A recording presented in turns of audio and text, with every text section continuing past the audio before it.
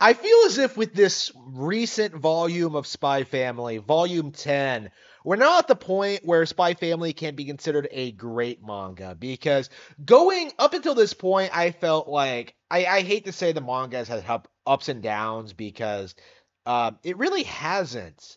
It's been pretty consistently good, but up until now, it feels like okay, we're establishing the characters, we're establishing the formula, we're establishing the basic setup. But for a long time, it felt like there was no real plot. It felt like there wasn't a lot of character progression. It felt like a lot of the characters, especially your Forger, were kind of getting left out of the limelight, right? It felt like, there was this weird transitionary period where like Twilight felt like he was the protagonist in the first two volumes, and then Anya, and then Yor was the protagonist for a bit. But like volume 10, I think, is the moment where I feel as if the series has kind of reached the point where like each character is well-rounded enough that like all of their plot lines are kind of converging and becoming incredibly interesting, and it's so good to the point where I honestly think of this volume 10, as being the best one in the series so far. Like I am very, very excited about the future for the series at this stage, right? And of course, I think at this point, when I compare, this was around the point in like I really started hitting B stars, right? Like I think I like straight up like was about to rage quit at my volume 12 with the whole like leg eating thing, and then like we went on to like that, living in the city, and then like uh Lugosi, like the serial killer, which was like dumb, like the dumbest thing I've ever seen. Like I ended up dropping the series like around volume 15, right? Like the wheels were already set in motion long before then, but like by volume 15, it was done. In comparison, Spy Family, I'm not sure, there is no like interest in dropping this series. Like I have there's not a doubt in my mind that the series is shaping up to be fantastic. I've really enjoyed everything we've seen so far, and this volume really cements why, right? Like it really does do a great job of putting every character in focus, giving you a great look into like each individual character, their background, their personalities, the way they like bounce off of each other, and they do so in really, really interesting ways while maintaining that like down to earth, like zany humor, family driven humor that like the series was focusing on for a long time, right? Like the series has not lost its identity by focusing more on like the plot and like moving things forward. If anything, it's kind of solidified this, as I think it's safe to say this is going to be one of the most popular manga of the decade. I think it really emphasizes a lot of social problems at the moment. Like I think it really emphasizes what's really important. And I just think it's just a well executed, well rounded series that's just endlessly entertaining. I do not, I'm not joking when I come out and say that I enjoy this more than like recent James Bond outings or any other like spy related media I can think of, because I think Spy Family at its core does a great job at emphasizing that at the core of these spy stories are like real actual people with like real down to earth problems, right? Whenever you get into these situations and you meet these characters and you like go into them like expecting the worst because you're a spy that's been like ruined by society, like that's been like had like a been trained to see through every crevice and every crack and like look for the truth in situations. Like you go through these, like you expect the worst, and then you get like something perfectly ordinary. Kids having their like not doing what they're supposed to be doing. You have like things not going to plan. You have like simple like mishaps, not understanding your wife and what she's going through, and trying your best, like everyone trying their best to like make each other happy and like keep things going, and like just it's so good at like balancing like real drama stuff with like the normal everyday the normal everyday things that like people in these actual roles have to go through. Like in a lot of ways, it's so crazy. Like seeing Twilight's backstory at this stage in the story, right? Where he's like settled into his family life at this point, right? He has connections. He's like at the top of his field. He's the best at what he does as a spy, right? We've established this. Like he has this like happy family home life. And it's only now that we get his backstory. Now we get like how tragic and how insane it is. And we get this sense that he has every reason to hate the Ostanians, right? He has every reason to like, as an agent of the West, to like go to war against these people and like want to crush them and want to kill them. They're the enemy. They're evil. They killed my father, my mother, like everybody I knew, right? They did this to me, and I'm looking for revenge. And for the longest time, it seems like the way the story plays out, it feels like it's going through like the bog standard like revenge plot where like, oh, the Estanians are evil. I have to eliminate them. I have to go out and do this. And then like you you think about the wider context of what happens after this. Like he goes on to marry an Ostanian woman. Like he goes on to have a woman, a family in Ostania. Like he spends all of his time like living among these people as an ordinary person, right? Like he is in essence like he knows full well at this point in the current state of things and the current state of the manga that like the Estanians are not evil. And it's really interesting kind of seeing this like this plot like play out, this incredibly tragic backstory, and then like think about that. But like at the end of the day, he's he's in Ostania with his Ostanian family, right? That's really all that matters, right?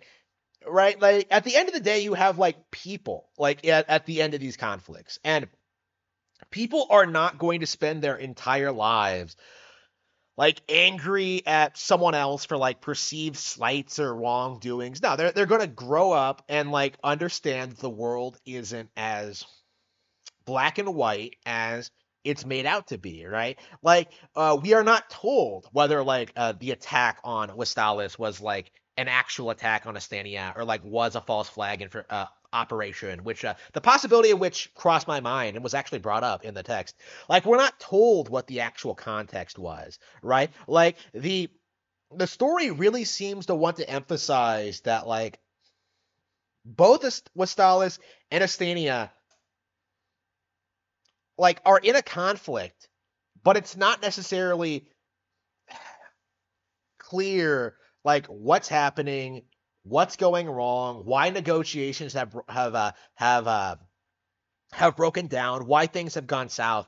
And in a lot of ways, it doesn't really matter because it just amounts to a bunch of petty squabbling between like the elites of these countries, like propagandizing its citizens to hate each other, when in reality, they're really not that different.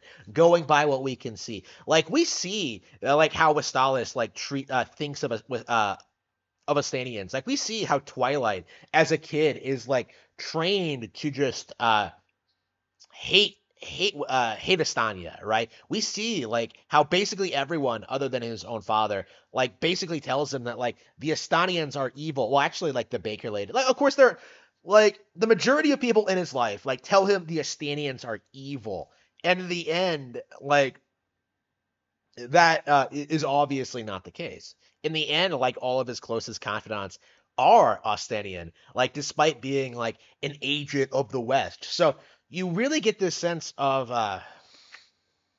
you really get this really good layered look at like the complexities of this kind of conflict and how it relates to like ordinary people, celebrity, politicians, in like a really digestible format. I really have to applaud the creators for this, for making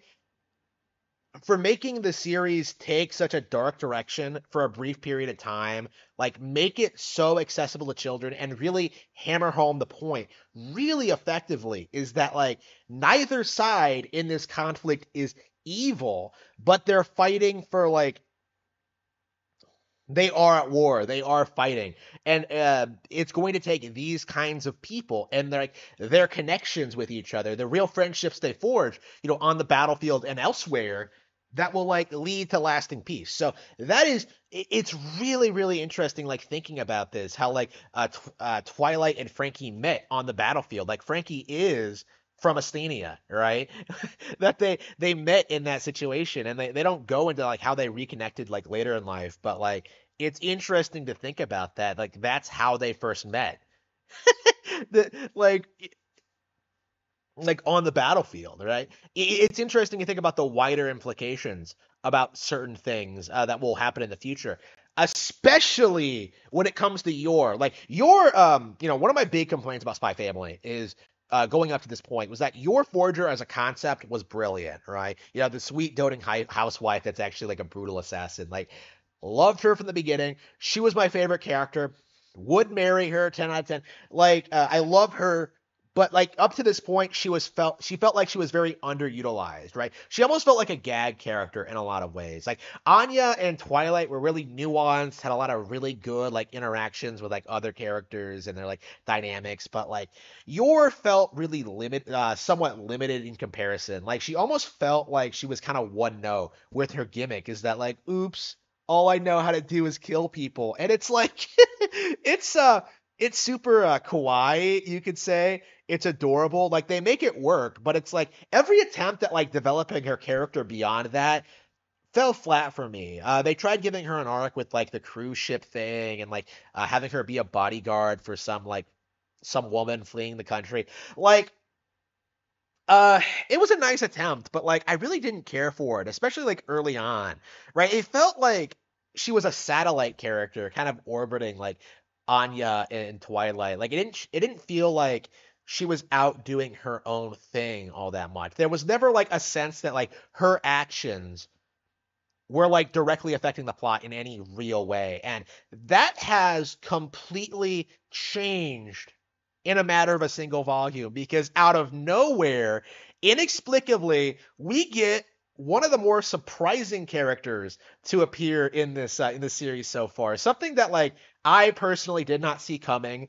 Like I felt this was kind of I don't know why I didn't see this coming. It's one of those things with Spy Family where like they keep taking the plot in directions that like seem somehow obvious, but like you completely overlook them by like speculating so much. Like again, it's why this series is so great on a meta level. But like you get the introduction of out of nowhere Damien's mother, right? Your forger just randomly runs into her. They become friends, and then they just kind of like hit it off. And now suddenly, out of nowhere, Twilight has a second avenue of connection with like the Desmond family, the wife, who seems to be like somewhat estranged from the rest of the family.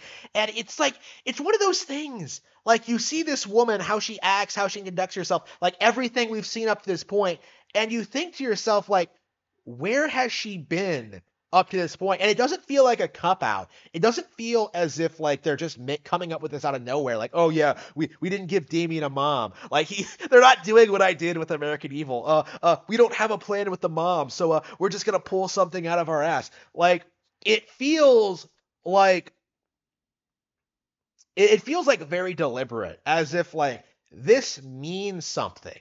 And I got the same impression like when I first saw like Donovan Desmond. Like I just get this like very real, like serious, like vibe that like something is really, really off about him.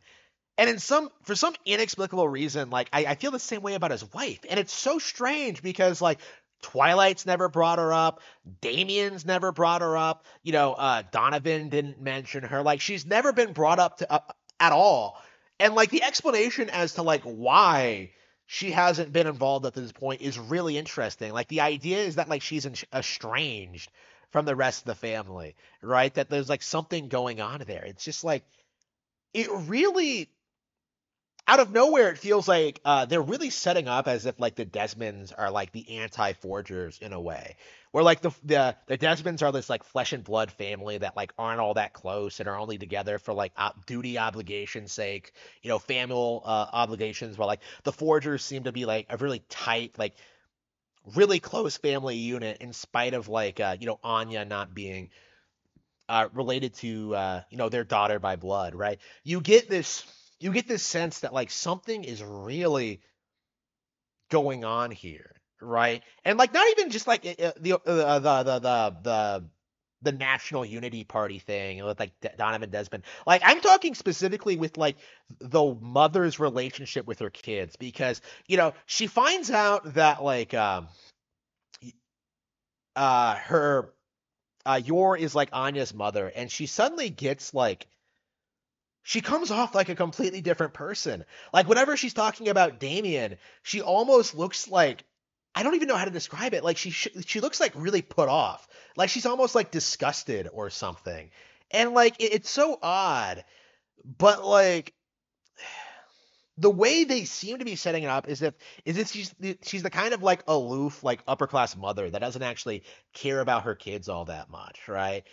Like or maybe not, right? Maybe she just doesn't know how to be a good mother. Maybe like she's not allowed to see Damien. Maybe she just doesn't feel all that close to him because like you know uh the father is like a lot more close to the kids. Like maybe like I don't know, like you see so little, but like what you do see is like really, really fascinating in this sense. To the point where like I honestly wonder if like she's going to go on to be one of my favorite characters because this like interaction, like the way she treats Yor, the way she like genuinely becomes her friend, the way like you get this set up, and then like you get like the payoff is that like she's Damien's mother.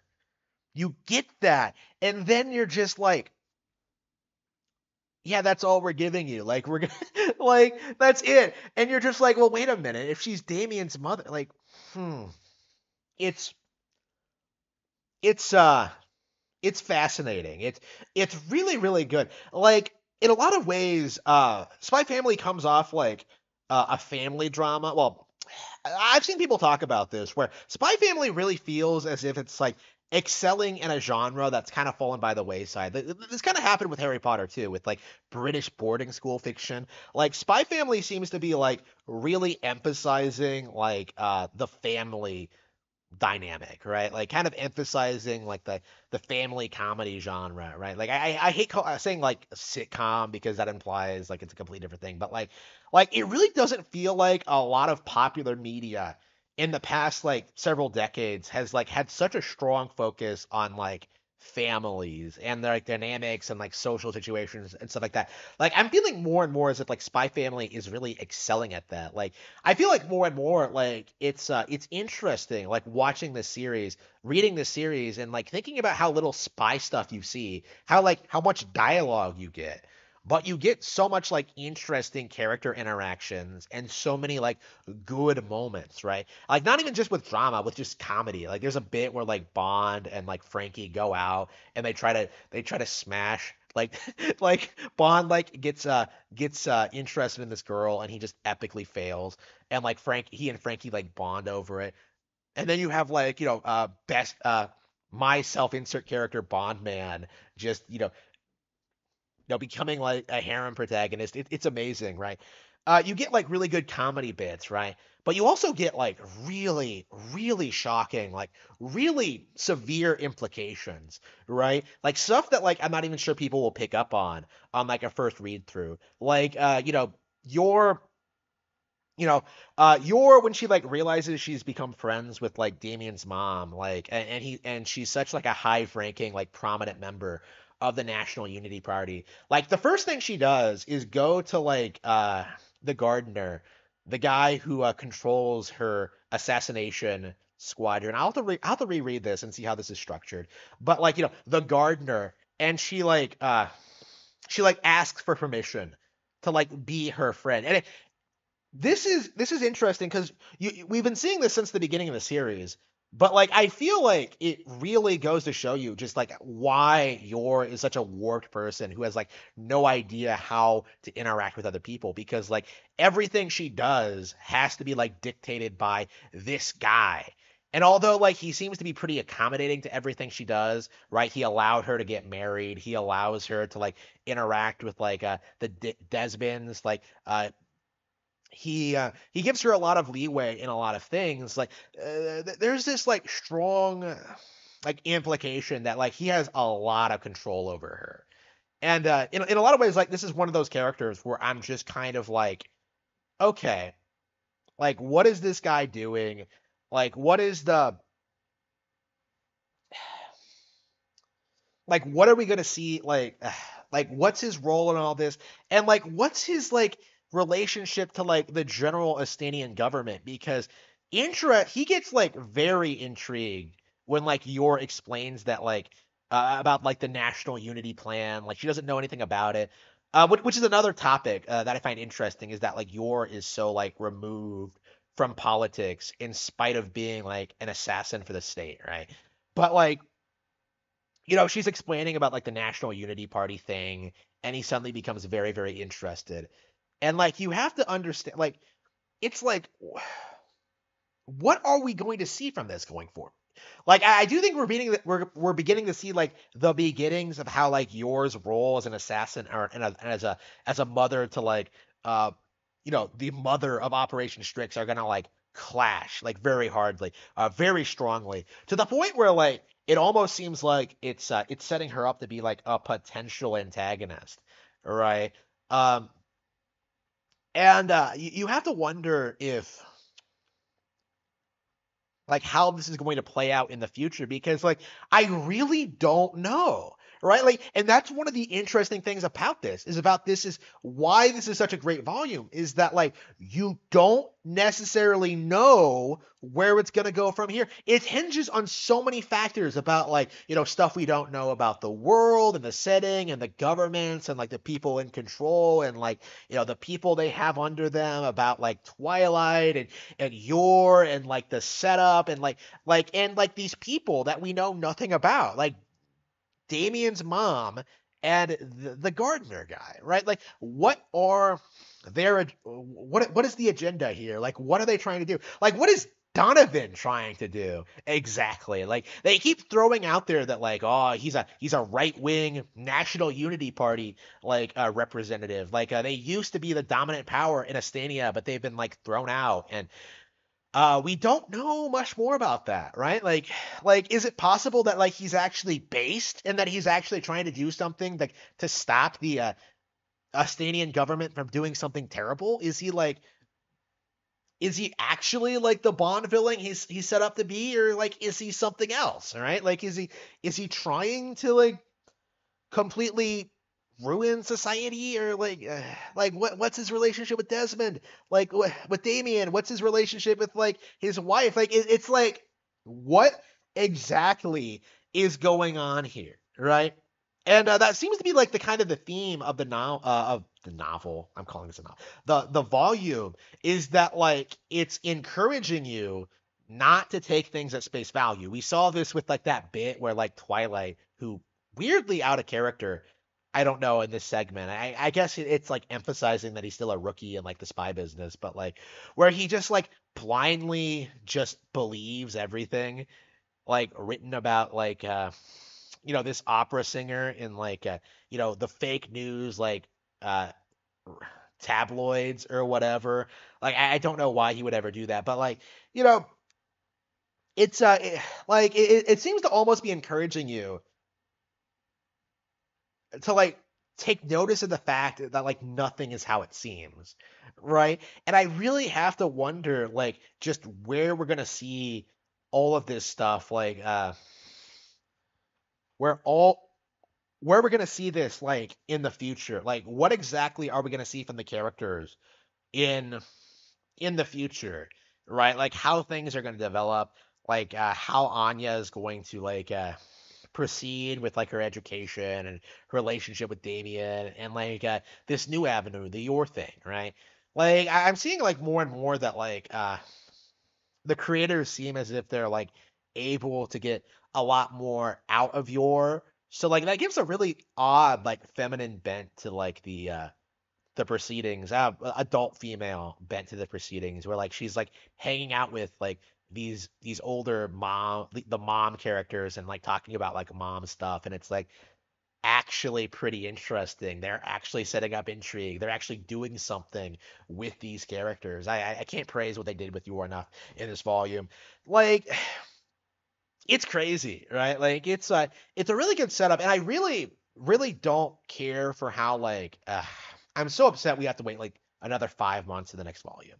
Like every time one of these comes out, I think I liked Volume 9 as well. I think 8 was the one I hated, the one like I kind of trashed. Did I do a review with 8? But like the one where they first get on the ship. I think there were uh like it takes too long to get new volumes. It really does. I think I might like go ahead and switch to like the Shonen Jump app and like start reading that and stay ahead of things. I'll probably still like buy them on not Tinder, like uh Kindle. Go ahead and buy them on Kindle to Tinder and Kindle. I never realized how similar they were. I don't even use Tinder, but like Kindle, I'll probably go ahead and like buy the volumes on Kindle as they come out, but I do think I am gonna have to like stay on top of things and stay involved in the plot so I don't get spoiled or anything. Like Spy Family doesn't feel like it's something that's like really all that spoiled that much, right? Like as opposed to One Piece where people throw spoilers everywhere, like, oh, do you know Luffy unlocks Gear 5 and beats Kaido and it's not actually the Gomu Gomu no Mi? Like I Okay, I'm sick of that shit. Like, okay, I am getting caught up on One Piece. I am getting caught up on Spy Family. I'm getting caught up on all of this stuff. Okay, like I am I am done with like being a volume reader, and I'm gonna try to like get caught up with like each chapter as it releases. So, I am very excited to be at the point now where I can like safely say that there are a handful of series that I will be keeping up with week to week. Spy Family is gonna be one of them. One Piece is another. I think Doctor Stone is over now, but I definitely do want to be like more involved in the manga community going forward and giving more in-depth reviews. So like yeah, Spy Family Volume 10 was fantastic. I highly recommend it. Highly recommend the series in general, and I hope that Volume 11 keeps up the momentum and establishes this as an all-time great Shonen Jump series.